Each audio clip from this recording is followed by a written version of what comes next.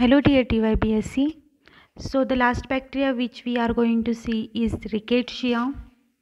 So you can see the microscopic observation of the Rickettsia rickettsii. So this Rickettsia they generally are the obligate parasites, which means कि वो without any living cell वो survive नहीं कर सकते. For their survival वो they need the living cell only. Okay, so that is why they are called obligate parasite, because outside the living cell or any living host they can't survive. Okay, then talking about the morphology, they are again rod shaped. As we have seen earlier also, Clostridia species में भी वो rod shaped थे, यहाँ Rickettsia भी rod shaped थे. इनका diameter is about 0.3 to 0.5 micrometer. Then 0.3 to 0.4 micrometer is their length. Then the cell wall जो है वो मल्टी लेयर्ड है, उनके जनरली 3 लेयर्स होते हैं और वो overall is about 7 to 10 nanometre thick. उनके सेल वॉल में they have the amino acid and polysaccharides. Cytoplasm have the ribosomes along with that variable quantities of the RNA. मतलब हर जो रिकेट्शिया के डिफरेंट स्पेसीज है उनमें डिफरेंट टाइप्स ऑफ आरएनएस हो सकते हैं. देन उनका जो डीएनए है, जो न्यूक्लियर डीएनए है, तो वो न्यूक्लियर मेम्ब्रेन में डीएनए जो है इट इज़ कांस्टेंट, मतलब सब में same. Obviously DNA is same in the rickettsia.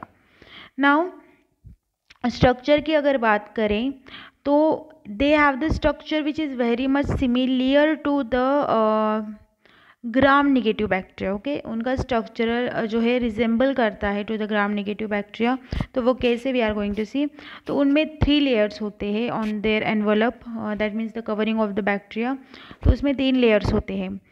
जो इनर मोस्ट लेयर होती है वो होता है cytoplasmic membrane, cell membrane we can say, और उसके ऊपर होती है एक thin electron dense cell wall present रहती है, और उसके ऊपर एक और आउटर लेयर होती है. जो आउटर लेयर है जो सबसे ऊपर प्रेजेंट है on the bacteria, that layer जो है उसका कॉम्पोजिशन जो है it is having the typical composition जो सेल मेम्ब्रेन का रहता है, जनरल लेयर का रहता है, लाइक लिपिड्स का बना हो या पॉलीसैकेराइड्स का बना हो. It is a typical structure. और ट्राई लैमिनार अपीयरेंस है, दैट मीन्स कि 3 लेयर जो है वो दिखते हैं. That under the microscope we can clearly see the 3 layers. The trilaminar appearance because 3 layers present रहती. Then the cell wall is chemically similar to the gram negative bacteria. इसका मतलब क्या, उनमें टिकोइक एसिड नहीं होता जो कि ग्राम पॉजिटिव में होता है. जैसे ग्राम नेगेटिव बैक्टीरिया है उनमें टिकोइक एसिड नहीं प्रेजेंट रहता. They have the diaminopimelic acid जो इनमें भी प्रेजेंट है रिकेट्शिया में. इनका जो साइटोप्लाज्म है उनके ऐसे साइटोप्लाज्म में जो सेल मेम्ब्रेन है उसके कुछ एक्सटेंशंस प्रेजेंट है लाइकवाइज. ओके, सो ये कुछ एक्सटेंशंस प्रेजेंट है on the in the cytoplasm of the cell membrane. Okay, sorry. So now here they don't have any kind okay, the cytoplasm they have the invasions of the plasma membrane as I shown, and ribosome जो है वो भी यहाँ पे होते हैं cytoplasm में, और उनका जो है कुछ न्यूक्लियस नहीं होता राइबोसोम्स का, जो टिपिकल राइबोसोम्स होते हैं. नाउ बैक्टीरिया से क्या सिमिलरिटीज़ है, इनमें बैक्टीरिया के जैसे सेल वॉल होते हैं, सेल मेम्ब्रेन्स होते हैं. इनमें प्रोटीन फॉस्फोलिपिड जो है वो भी प्रेजेंट रहते हैं जैसे बैक्टीरिया में रहते हैं सेल वॉल में. देन बैक्टीरिया के जैसे ये बाइनरी फिशन की मदद से रिप्रोड्यूस होते हैं. Like bacteria they have the intracellular enzymes then for their metabolism, then they have the ability to produce the endotoxin. मतलब endotoxin होता है इनमें, जो एक्चुअली एंडोटॉक्सिन का मतलब क्या होता है, जो टॉक्सिन जिनका इंटरनल ओरिजिन है, मतलब उनको लाइसिस नहीं करना पड़ता बैक्टीरिया को खुद को, सो दैट कि वो इन्फेक्शन हो. ये खुद को लाइस नहीं करती, ये इन्फेक्ट कर रही है किसी इंडिविजुअल को तो उनका टॉक्सिन उनमें ही प्रेजेंट रहता है, तो वो इन्फेक्ट किया तो वो टॉक्सिन भी इन्फेक्ट करता है. Okay, so they have the endotoxin. Now the growth and the multiplication, here we are going to see how they grow and multiply, which is not the main thing of yours like study of the rickettsia, but we will see. Now the rickettsia, they have that as I told, वो bacteria के जैसे ही है कि वो binary fission से reproduction करते हैं. तब जब न्यूट्रिशनल कंडीशन जो है वो ऑप्टिमम नहीं रहती या पुअर रहती है, एट दैट टाइम जो रिकेट्शिया है they are going to cease और they are going to divide into long filamentous forms. आपने बाइनरी फिशन का स्ट्रक्चर आपको पता होगा ना, डिवाइडेशन कैसे होता है. थोड़े उसकी साइज जो है वो ऐसे इंक्रीज हो जाती है और बीच में थोड़ा क्लीवेज आना शुरू हो जाता है. ओके, सो दैट वो जो है bacteria as an rod shape का है तो वो यहाँ से क्लीव होना स्टार्ट हो जाएगा. ओके, सो ये यहाँ पे क्लीवेज होगा और वो इंटरनली लाइक 2 सेल्स में फिर डिवाइड होगा. Okay, so this is it. Then binary fission में भी वैसे ही होता है कि अगर कंडीशन ऑप्टिमम ना हो then it leads to the binary fission, तो वो फिलामेंटस फॉर्म्स में हो जाते हैं. Then they undergo the rapid and the multiple division into the typical short rods. Okay, और वो जो है जो डिवाइड हो चुके हैं वो जब हम फ्रेश मीडिया ऐड करते हैं तो वो फिर जो इंडिविजुअल ग्रो हुए लाइक डिवाइड हो चुके हैं, 1 से 2 हुए हैं, वो एक रॉड से 2 रॉड्स फॉर्म हुए, वो इंडिविजुअली ग्रो होना शुरू हो जाते हैं, मतलब वो अलग बैक्टीरिया बन के ग्रो होते हैं. Now immediately after the division, the rickettsia engage in the extensive movements through the cytoplasm of the cell. The C. burnetii differs from the other rickettsia that it is enclosed in a persistent vacuole during the growth and in division. So यहाँ पे क्या होता है, division होने के बाद like cytoplasmic movements होते हैं रिकेट्शिया में जो यूजुअली होती है. बट एक एक्सेप्शन ऐसा है कि सी बर्नेटी नाम का एक रिकेट्शिया है जो एक एबिलिटी रखता है कि वो एक वैक्यूल में डिवीजन करे, अपने आप को एक वैक्यूल में एंक्लोज हो जाए और उसके बाद ये बाइनरी फिशन की प्रोसेस करे. तो that is the variation. Sorry. So यहाँ पे यू कैन सी रिकेट्शिया जो है इन्होंने इन्फेक्शन किया है किसी बैक्टीरियल सेल को, देन बैक्टीरिया जो है वो एस्केप हो लाइक उनकी एबिलिटी कि वो फैगोसाइटोसिस से एक्सेप हो सकते हैं, मतलब फैगोसाइटोसिस से किल नहीं होते वो, और उसके बाद क्या करते वो उसी सेल को जो फैगोसाइटिक सेल है वो उसी को लाइज करते उल्टा, और देन वो दूसरे सेल्स को इन्फेक्शन कॉज करने के लिए जाते हैं. ओके, सो ये टिपिकल डायग्राम है of the infection of the rickettsia. Now the transmission process we are going to see. तो जनरली जो रिकेट्शिया होता है या रिकेट्शियल इन्फेक्शन होता है, जनरली वो माइट्स जो रहती है, आपने सुना होगा क्या बोलते हैं उनको, दीमक. ओके, या कोई ऐसे छोटे छोटे कीड़े रहते हैं जो वुड पे टिंडर पे रहते हैं, उनकी वजह से होता है. वो जो है वो कभी कभी कैटल्स पे भी रहते हैं, और अगर कभी क्या होता है कि वो किसी माइस पे रोडेंट्स लाइक माइस पे रहे और उनके थ्रू भी वो माइग्रेट होते, क्योंकि आपको पता है कि माइस जो है अगर वो कहीं पे एंट्री कर ले और वो ह्यूमन के कांटेक्ट में आ जाए तो देन ह्यूमन भी इन्फेक्ट हो जाते हैं. फीमेल माइस जो फीमेल जो ये है टिक है, फीमेल अडल्ट टिक, उसके एग्स के थ्रू भी इन्फेक्शन कॉज हो सकता है. और ये सब जो है ह्यूमन के लिए भी, अगर हम कहीं ऐसी जगह पे ट्रैवल करें या कहीं ऐसी जगह पे पहुंच जाए जहाँ पे सैनिटाइजेशन नहीं है, या जहाँ पे मे बी रोडेंट्स हो सकते हैं, जहाँ पे माइस हो सकते हैं, जहाँ पे टिक्स हो सकती है, वी नेवर नो. ओके, तो वहाँ पे अगर हम कांटेक्ट में आ जाए उनके, या कोई टिक हमें बाइट कर ले, तो तब भी ये इन्फेक्शन होता है इनका. तो वो कैसे होता है वी आर गोइंग टू सी. जो रिकेट्शिया है वो इनकी पैथोजेनेसिस की अगर बात करें, मतलब way of doing the infection अगर उसकी बात करें, तो वेरियस जो अर्थोपॉड वेक्टर्स है लाइक माइट्स और द टिक्स, उनके थ्रू ये होता है.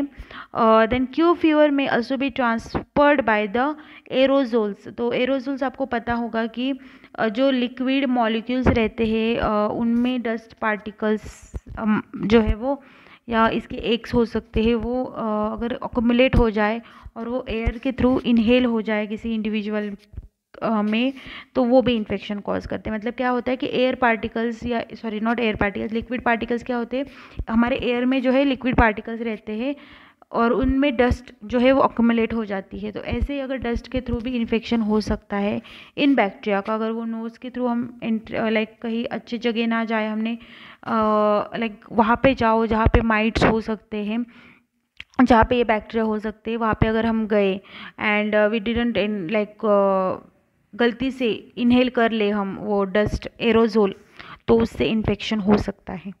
Then within the few minutes or the within the minutes this organism is engulfed by the macrophages and endocytes by endocytosed by the vascular endothelial cell।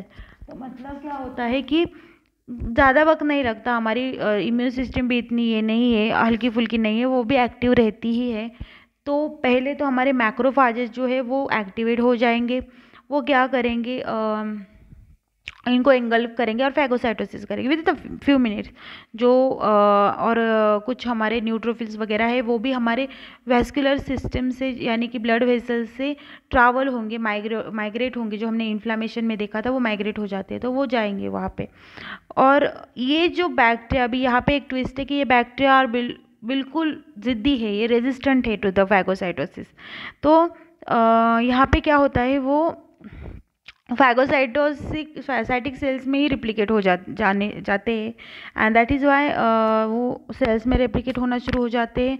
Cell का और दूसरे sales को भी sales में रेप्लिकेट होना शुरू हो जाते हैं, क्योंकि ये फैगोसाइटोसिस प्रोसेस से किल नहीं होते, तो ये एस्केप हो जाते हैं। और ये हमारे जो बाकी हेल्दी सेल्स हैं बॉडी के, स्किन सेल्स हो या कुछ भी हो, इंटेस्टाइन के सेल्स हो या लीवर के सेल हो, कुछ भी हो, सेल्स को, हेल्दी सेल्स को इन्फेक्ट करते हैं, मल्टीप्लाई होते हैं एंड उन सेल्स का लाइसिस करते हैं, नेक्रोसिस करते हैं। नाउ इनिशियल जो डिसीज़ होता है वो जहाँ पे इस आर्थ्रोपॉड्स ने लाइक माइट ने या टिक्स ने अगर बाइट किया है, तो उनके बाइट का जो जहाँ पे उन्होंने बाइट किया है वहाँ पे जो वोंड है या जहाँ पे वो उन्होंने बाइट किया वहाँ पे एक लेशन आ जाता है, वहाँ पे शुरू हो जाता है इन्फेक्शन। ओके, और वो फिर ब्रेन और स्किन को भी देन इन्वॉल्व कर लेता है, वो आगे जाके हो जाता है।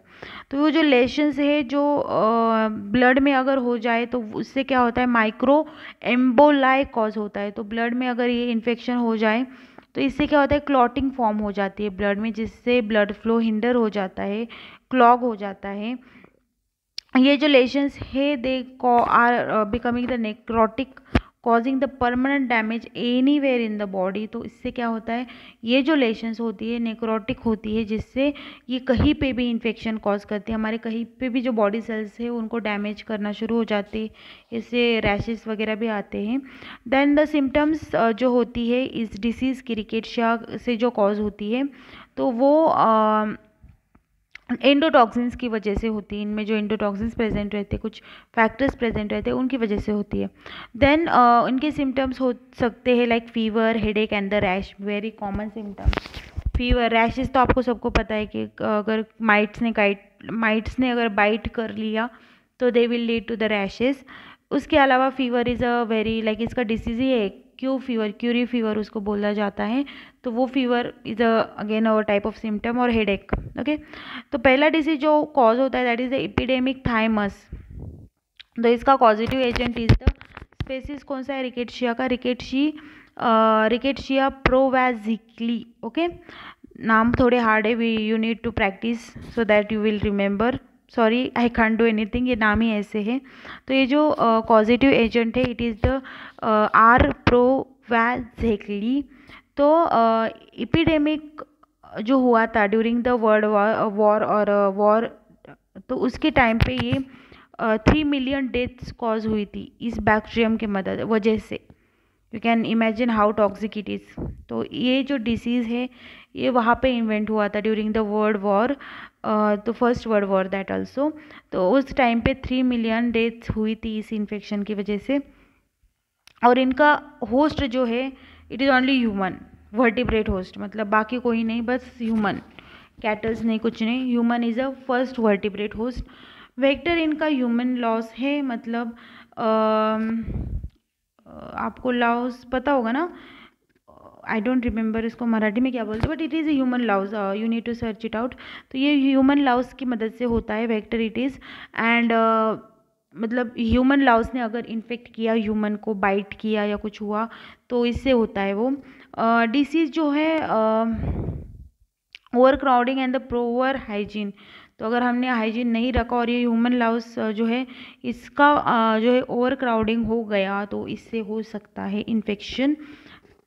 Then lice infected by the feeding on the rickettsial. और एक वजह हो सकती है कि अगर कोई रिकेट्शिया डिसीज से गुजर रहा है एंड ये माइट्स है या ये जो लाइस है, लाइस आपको पता होगा कुछ छोटे कीड़े होते हैं, जो लाइस है वो अगर उस पेशेंट को बाइट करे और वो हेल्दी पेशेंट जाके वो जाके हेल्दी पेशेंट पे जाके रिकेट्शियल पेशेंट से बाइट करके उस हेल्दी पेशेंट पे जाके बैठ जाए और वहाँ पे फिकस के फीसेस रिलीज़ करे, तो वो फीसेस बाइट करने की वजह से हेल्दी पर्सन में भी ईचिंग होती है हमें।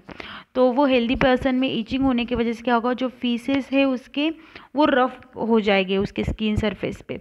तो इससे क्या होगा, वो हेल्दी पेशेंट में भी वो डिसीज़ होगा। मतलब क्या होगा, रिकेट्शियल पेशेंट है, उसको जाके इस लाइस ने बाइट कर दिया। ये लाइस आई एक हेल्दी इंडिविजुअल के पास जो दूर है कहीं पे, देन उसके पास आई, उसको बाइट किया और साथ ही में फीसेस रिलीज़ की। तो वो बाइट होने की वजह से हम लाइक ईचिंग होती है हमें, तो वो ईचिंग के टाइम पे फीसेस भी रफ हो जाएगी पूरी स्किन पे और उससे ये डिसीज़ हो सकता है। Then infection transmitted when the contaminated louse faeces is rough through the minute abrasion cause by the scratching करने की वजह से वो स्प्रेड हो सकता है वो स्क्रैच, तो इससे ही होता है ये infection. Then okay, incubation period इसका है अबाउट 5 to 12 डेज। इसको इन्फेक्शन प्रॉपर ऑकर होने में या इसको एडजस्ट होने में हमारे बॉडी में 5 से 15 दिन लग जाते। तो आप सोच सकते हो 15 दिन तक हमें कुछ नहीं पता चलेगा कि हमें इन्फेक्शन हो भी गया है या नहीं, तो प्रिकॉशन लेना ज़रूरी है। Again I will say symptoms जो है फर्स्टली क्या होता है, फीवर होता है और chills, you all know chills, ठंडी और फीवर। ओके, देन रैशेज जो है वो 4th या 5th डे में आना शुरू हो जाते हैं। तो पहले कहाँ पे आते हैं, ट्रंक पे, मतलब आपकी जो मिड बॉडी पार्ट है, लाइक आपका चेस्ट रीजन, आपका एब्डोमेन, वो वाला जो पार्ट है except for the high limbs वगैरह, उसमें होता है। ओके, तो ट्रंक में होगा, देन आपके हाथ में होगा, पैर में रैशेस होंगे। ये कब होगा, 4th to 5th day. Then patient जो है वो स्टोपोरस हो जाता है एंड डिलीरियस हो जाता है during the 2nd week. Stuporous means what, वो पेशेंट थोड़ा मेंटल बैलेंस उसका थोड़ा ये होने लगता है कि वो समझ नहीं पाता चीज़ों को एंड कहीं ना कहीं उसके नर्वस सिस्टम पे भी इफ़ेक्ट होने लगता है इस डिसीज़ की वजह से। देन डिलीरियस होने लगता है, मतलब क्या, बिहेव वियर्डली करने लगता है बिकॉज ऑफ द इन्फेक्शन, वो ऐसा नेचुरली आ जाता है इंसान में इरिटेट होना। Then during the 2nd week और 40% रेट है फैटलिटी का, मतलब 40% डेथ कॉज हो सकती है इस एपिडेमिक थाइपस की वजह से। देन अगर कोई रिकवर भी हुआ तो ये जो रिकेट्शिया है इसकी एक एबिलिटी कि उस पेशेंट में वो डॉर्मेंट रहती है फॉर द ईयर्स। लिम्फॉइड, आप सोच सकते हो लिम्फॉइड ऑर्गन्स में ये डॉर्मेंट रहती है। यू कैन इमेजिन ये कितने ज़्यादा टॉक्सिक हो सकते हैं। लिम्फॉइड टिश्यू जहाँ पे हमारे T सेल B सेल घूमते रहते हैं, ये वहाँ पे जाके रहती है for years. You can imagine how toxic it is. मतलब एक बार इन्फेक्शन हुआ तो री ऑकरेंस भी हो सकता है। Now the second type of the disease is the Rocky Mountain spotted fever. Okay, then ये जो डिसीज़ है it is caused by again the rickettsia rickettsii and ये जो रिकेट्शिया रिकेट्सी है ये डिस्कवर किया गया था by the Ricketts in 1906। Now this spotted fever it is been transmitted by the ticks. Okay, ticks नाम के ऑर्थोपॉड से they are going to get transferred and ये disease been commonly like USA में होती है। Then the cases are related to those with the increase opportunities to the exposure. मतलब क्या होता है, अगर गलती से एक्सपोजर हो जाए, लाइक कोई हाइकिंग के लिए गया है, कोई कैंपिंग के लिए गया है किसी रूरल एरियाज़ में जहाँ पे पुअर हाइजीन हो, जहाँ पे वुडन एरियाज़ हो, जहाँ पे जहाँ पे टिक्स का जो है ऑकरेंस ज़्यादा हो, वहाँ पे गए ये लोग, तो उनको ये डिसीज़ हो सकता है। ये ऑब्जर्व किया गया है या ये रिसर्च के थ्रू पता चला है कि ऐसे होता है। जो हाइकिंग के लिए, अभी ये यूएसए में ज़्यादा होता है ना, तो वो लोग ज़्यादा हाइकिंग करते, कैंपिंग करते हैं, वो कई रूरल एरियाज़ में गए या फिर किसी वुडेड एरियाज़ में गए जहाँ पे ये टिक्स हो, तो उन पे इन्फेक्शन हो सकता है। तो ये डिसीज़ में क्या होता है, again fever and rash is very common and forms on the extremities and progresses towards the trunk. मतलब यहाँ पे उल्टा होता है, यहाँ पे पहले लिम्स और लेग्स पे होता है, एक्सट्रीमाइटीज पे होता है, धीरे धीरे वो मिडल पार्ट में, हमारे ट्रंक पार्ट में आना शुरू हो जाता है वो इन्फेक्शन, सेंट्रल पार्ट में। नाउ पेशेंट जो है अगर 5 दिनों में ठीक किया गया तो अच्छा है, और 5 दिनों के बाद अगर ठीक नहीं हुआ तब ये थोड़ा थोड़ा पेशेंट मरने की कगार पर आ जाता है, थोड़ा थोड़ा it progresses towards his death. So you can imagine how much toxic it is.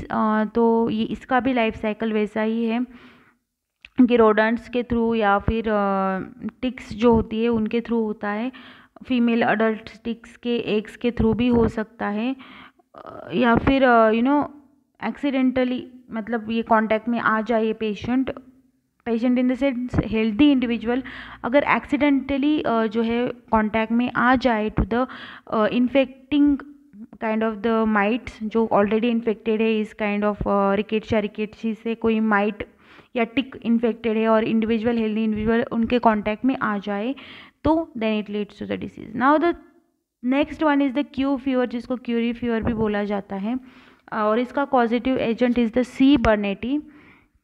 तो ये यूएसए में कॉमनली अगेन ये भी यूएसए में प्राइमरीली होता है, और कैटल में, शीप में एंड द गोट्स में होता है, मतलब डोमेस्टिक एनिमल्स में। देन क्यू फीवर जो है, it is again transmitted by the ticks and it is highly contagious. Remember this thing कि वो कॉन्टेजियस भी है, मतलब संसर्गजनक है।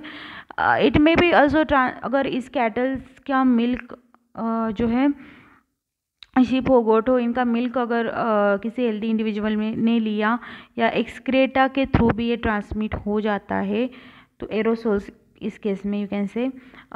देन क्यू फीवर जो है वो असिम्टोमेटिक डिसीज़ भी कॉज करता है, मतलब कोई सिम्टम्स नहीं दिखते, या तो फिर जनरल सिम्टम दिखते जो फीवर में आते हैं ना। फेब्राइल इलनेस का मतलब क्या होता है, जनरल फीवर के सिम्टम्स दिखते हैं, विच में include the granulomatous hepatitis. Granulomatous hepatitis is a type of the infection जो लीवर में होता है, जहाँ पे लाइक ग्रैनुलोमोनास मीन्स व्हाट, कि ग्रैन्यूल्स फॉर्म हो जाते हैं, वी कैन से कि जो फैगोसाइटोसिस है उनके ऐसे गुच्छे फॉर्म होना, that is the granulomatous hepatitis. Now inhalation के थ्रू अगर हुआ इन्फेक्शन, मतलब ये जो फीसेस वगैरह है गलती से इनहेल किया किसी ने, या ये बैक्टीरिया को इनहेल कर लिया थ्रू द डस्ट पार्टिकल, तो इससे न्यूमोनिया भी हो सकता है। रैश जो है वो जनरली होता नहीं है, यहाँ पे रैशेस नहीं होते generally. Okay, so you can see here. तो एंट्री जनरली एरोसोल से होती है, जो गोट्स वगैरह इन्फेक्टेड है उनके अगर बॉडी के स्किन के जो सरफेसेस पे जो हेयर होती है उनसे एरोसोल्स लाइक उनके जो हेयर है वो एरोसोल्स में जाए, और वो एरोसोल जो है वो हेल्दी इंडिविजुअल इनहेल करे, तो उससे होता है कॉन्टेजियस है, तो स्प्रेड हो जाएगा वो पूरी बॉडी में, तो वो निमोनिया भी कॉज करता है, ग्रैनुलोमोनास भी कॉज करता है, देन एंडोकार्डाइटिस भी कॉज करता है, हेमाटोजीनियस भी है, दैन दैट मीन्स वो ब्लड के थ्रू स्प्रेड हो जाता है। ओके, और एग्जिट नहीं कर पाता, उसका एग्जिट का कोई वे नहीं है। नाउ डायग्नोसिस कैसे किया जाता है इसका। This disease present as a febrile illness after the exposure to arthropods or the human host, animal host और aerosols in the endemic areas, जहाँ पे इनका ज़्यादा आउटब्रेक है, लाइक अनहाइजेनिक प्लेसेस के थ्रू ज़्यादा ये स्प्रेड होता है, एज आई टोल्ड यू। तो उससे या फिर क्या होता है कि किसी टिक्स या माइट्स के कांटेक्ट में आ जाए तब ये डिसीज़ हो जाता है। नाउ ये डिसीज़ बहुत बार ऐसा होता है कि मिस डायग्नोस हो जाता है, मतलब इसकी प्रॉपर डायग्नोसिस नहीं हो पाती, कि हम मिस्टेक करते हैं कि क्यू फीवर की जगह हम टाइफस बोल देंगे या क्यू फीवर की जगह हम रॉकी माउंटेन फीवर बोल देंगे, तो इसका मिस डायग्नोसिस हो जाता है, तो जिसकी वजह से फैटेलिटी रेट इंक्रीज हो जाता है। मतलब कभी कभी क्या होता है, हमने बोलते हैं गलत ट्रीटमेंट दी गई तो वो पेशेंट मर गया, तो ये यहाँ पे होता है कि गलत ट्रीटमेंट्स दी जाती है और जिसकी वजह से फैटेलिटी रेट या डेट के जो रेट है वो भी इंक्रीज हो जाते हैं। दैट मीन्स कि पेशेंट ज़्यादा मरते हैं इस डिसीज़ में।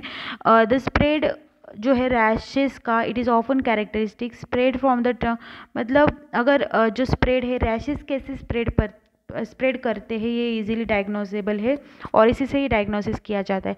अगर किसी को इन्फेक्शन जो है वो पहले ट्रंक में हुआ और देन उसके बाद वो स्प्रेड होने लगा हैंड्स में एंड लेग्स में, मतलब सेंट्रल चेस्ट और एब्डोमेन रीजन में हुआ और उसके बाद वो हैंड में, लेग में और नेक रीजन में होने लगेगा, then it is a characteristic of the typhus. Okay, typhus में ऐसा होता है।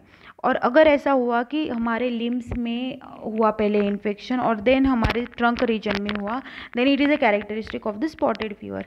तो ऐसे डायग्नोस किया जाता है कि ये कौन सा टाइप, क्योंकि रैशेस तो सब में है एक्सेप्ट फॉर 1 और 2, तो ये रैशेस सब में है जनरली, तो इसकी वजह से कन्फ्यूजन हो सकता है कि जो डायग्नोसिस करने वाले जो डॉक्टर्स है वो ऐसा मिसकंसेप्शन कर सकते हैं कि उन्हें लगेगा ये क्यू फीवर है तो ये होगा टाइफस, तो कहीं वो बेचारे गलत ट्रीटमेंट ना दे दे। तो ऐसे भी डायग्नोसिस किया जाता है कि इन्फेक्शन कैसे हो रहा, वो ट्रंक से एक्सट्रेमाइटिस से में हो रहा है कि लिम्स में और लेग्स में हो रहा है और देन उसके बाद ट्रंक में हो रहा, ऐसे चीज़ों से नोटिस किया जाता है। नाउ सेरोलॉजी मतलब क्या, कि पेशेंट का जो ब्लड है उसका एनालिसिस करना इज़ अ सेरोलॉजी। तो अभी डायग्नोसिस करने के लिए सेरोलॉजिकल टेस्ट की जाती है, तो एंटीबॉडीज़, पेशेंट में एंटीबॉडीज़ है या एंटीजेंस है वो डिटेक्ट किया जाता है, तो उसके लिए डिफरेंट टेस्ट है। Weil Felix test is there, complement fixation is there, immunofluorescent antibodies, latex agglutination, ELISA haem agglutination, तो उसमें से जो बहुत बार की जाती है which is the complement fixation test. Complement fixation test में अगर बात करें तो हमने जो स्टडी किया था कॉम्प्लीमेंट पाथवे, उसमें हमने देखा था कि कॉम्प्लीमेंट क्या होते हैं, एक प्रोटीन होते हैं जो इनएक्टिव फॉर्म में होते हैं और वो एक्टिवेट कब होते हैं, जब वो किसी एंटीजन एंटीबॉडी के कॉम्प्लेक्स के संपर्क में आए, देन ओनली वो कॉम्प्लीमेंट एक्टिवेट होते हैं। तो इस टेस्ट में क्या किया जाता है, जो शिप की जो आरबीसी होती है और शिप की आरबीसी की जो एंटीबॉडी होती है उनको, उनका कॉम्प्लेक्स फॉर्म करके वो हमारे ब्लड जो सैंपल है वो लिया जाता है, उसके अकॉर्डिंगली कॉम्प्लीमेंट रिलीज किया जाता है, ब्लड सीरम लिया जाता है। आई विल एक्सप्लेन यू डायग्रामेटिकली। तो पेशेंट का जो है सपोज ब्लड सीरम लिया, ओके, तो वो ब्लड सीरम मिक्स किया विद द शिप आरबीसी और उसकी एंटीबॉडीज से, ये दोनों का मिक्सचर, और उसके साथ और एक चीज़ मिक्स की, that is the complement. Okay, ये कॉम्प्लीमेंट, तो ये कॉम्प्लीमेंट क्या करता है, ये एंटीजन एंटीबॉडी कॉम्प्लेक्स को बाइंड करता है जनरली, बस इसकी अफिनिटी ज़्यादा शिप आरबीसी के टूवर्ड्स नहीं है, वो तभी शिप आरबीसी के टूवर्ड्स जाएगा जब यहाँ पे जो है अगर एंटीजन एंटीबॉडी कॉम्प्लेक्स नहीं है तभी वो इनको लाइसिस करेगा। तो यहाँ पे क्या होता है, ये और ये एक चीज़ और है, आई will explain you again, I just got confuse. तो यहाँ पे क्या होता है कि आरबीसी और एंटीबॉडी, ओके, तो ये जब कॉम्प्लेक्स फॉर्म तभी होता है जब कॉम्प्लीमेंट इनको बाइंड करे, बट कॉम्प्लीमेंट क्या करता है, ये उल्टा करता है। अगर पेशेंट के ब्लड में एंटीजन है रिकेट्शिया का, सपोज रिकेट्शिया इज़ देयर और रिकेट्शिया के एंटीबॉडीज़ भी उसके बॉडी ने प्रोड्यूस की है, तो ये क्या करेगा, ये कॉम्प्लीमेंट पहले इनको जाके बाइंड करेगा और इनका कॉम्प्लेक्स अगर फॉर्म हुआ है तो इनको जाके पहले बाइंड करेगा, जिससे क्या होगा, शिप आरबीसी जो है वो वैसे की वैसे ही रहेगी। बट अगर पेशेंट की बॉडी में जहाँ पे एंटीबॉडीज़ नहीं हैं तो क्या होगा, ये आरबीसी और जो शिप आरबीसी और शिप एंटीबॉडीज़ है उनको ये कॉम्प्लीमेंट जाके बाइंड होगा और इनकी लाइसिस होगी आरबीसी की, और आरबीसी की लाइसिस होगी तो वो ऑब्वियसली नोटिस हो जाती है इजीली, तो कलर चेंज हो जाता है लाइसिस की वजह से, तो ये ऑब्जर्व होता है कि लाइसिस हो चुका है, और इससे हम क्या प्रेडिक्ट करेंगे कि पेशेंट की जो सीरम है उसमें एंटीबॉडीज़ या एंटीजन एंटीबॉडीज़ नहीं है, पर्टिकुलरली एंटीबॉडीज़ नहीं है। ओके, तो एंटीबॉडीज़ नहीं है इसका मतलब क्या कि नेगेटिव टेस्ट आया, और अगर एंटीबॉडीज़ है तो क्या होगा कि ब्लड का लाइसिस नहीं होगा, और इससे हम प्रेडिक्ट करेंगे कि यहाँ पे एंटीबॉडीज़ प्रोडक्शन नहीं है, इसका सॉरी यहाँ पे हेमोलाइसिस नहीं है, इसका मतलब क्या कि antibody is there. So I will explain you again. तो अगर हेमोलाइसिस हुआ, इन शॉर्ट हेमोलाइसिस हुआ मतलब क्या, test is negative. Okay, don't get confuse, haemolysis हुआ मतलब टेस्ट इज निगेटिव, और हेमोलाइसिस नहीं हुआ that means test is positive. तो क्यों होगा ऐसा, बिकॉज अगर शिप की आरबीसीज और एंटीबॉडी को कॉम्प्लीमेंट बाइंड करेगा तभी उनकी लाइसिस होंगी, बट अगर उसको अच्छा ऑप्शन मिल रहा कि वो जाके पेशेंट में जो एंटीजन एंटीबॉडीज़ है वो उनको जाके बाइंड करे, तो वो उनको जाके बाइंड करेगा और ये आरबीसी वैसी की वैसी रहेगी, तो इसका मतलब क्या, टेस्ट इज पॉजिटिव, मतलब हेमोलाइसिस नहीं होगा आरबीसी का और कलर चेंज ऑब्जर्व नहीं होगा। So that is about it, ये कॉम्प्लीमेंट टेस्ट की जाती है। Now how the treatment is done. तो ट्रीटमेंट के लिए rickettsia is susceptible to the disinfection, chemical disinfection are destroyed by the heat and the hydration dehydration. Okay, rickettsia heat के लिए susceptible है, तो जनरली हमें लाइक पेशेंट को heat नहीं किया जाता, बट इन्फेक्शन जो है हम केमिकल से जो है क्लीन कर सकते हैं। देन यहाँ पे क्या होता है, एंटीबायोटिक्स भी सजेस्टेड है, like tetracycline, doxycycline, then sulphonamides, then there is a chloramphenicol, तो ये सब एंटीबायोटिक्स भी दी जाती है। और रिकेट्शिया केमिकल्स और द हीटिंग के लिए ससेप्टेबल या डिहाइड्रेशन के लिए ससेप्टेबल है, दैट मीन्स कि हमें हाइजीन रखना पड़ेगा अपने अराउंड सो दैट कि ये इन्फेक्शन ना हो। Chemical is a very important factor. Now the prevention and the control factor here, तो हमें क्या प्रिवेंशंस लेनी है सो दैट इन्फेक्शन ना हो। तो अगर आप ऐसे एरिया में जा रहे हो जैसे जहाँ पे आपको लगता है कि ऐसे बैक्टीरिया हो सकते हैं, तो आप you should wear a protective clothing. Okay, जहाँ पे टिक्स हो सकते हैं, रोडेंट्स हो सकते हैं, माइट्स हो सकते हैं, और आपको नहीं पता कहाँ कहाँ उन्होंने लाइक अभी फीसेस के थ्रू हो रहे हैं, तो वी डोंट नो कि एग्जैक्टली वो माइट्स ने कहाँ पे लाइक कहाँ वो ट्रैवल कर रहे हैं, सो वी डोंट नो। तो अगर किसी सरफेस पे फीसेस हो और आपको पता ना हो तो रब हो सकते हैं वो फीसेस आपकी स्किन पे and it can lead to the rashes. So for that purpose just wear the protective clothing.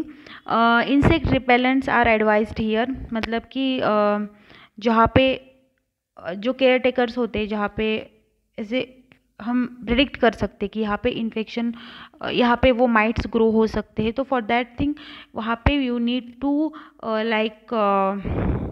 You need to do the proper insect repellent spray उस एरिया में जहाँ पे वी कैन से कि कैटल्स है, यहाँ पे गंदगी ज़्यादा है, तो वहाँ पे इंसेक्ट रिपेलेंट स्प्रे कर लो। नाउ द टिक्स जो है वो भी रिमूव करनी चाहिए time to time as much as possible, so that means cleaning is important. Then ticks जो है उसके वेक्टर्स को कंट्रोल करना चाहिए। तो पेट्स में हम ज़्यादातर अपने घर में पेट्स रखते हैं, कुत्ते बिल्ली, तो आपको उनकी भी हाइजीन रखना ज़रूरी है। तो अगर आपको पता चले कि टिक्स ने बाइट किया, लाइक टिक्स प्रेजेंट है पेट्स पे, तो we need to remove them. एक केमिकल से एक्रीसाइड्स, तो वो भी आपको यूज़ करना चाहिए।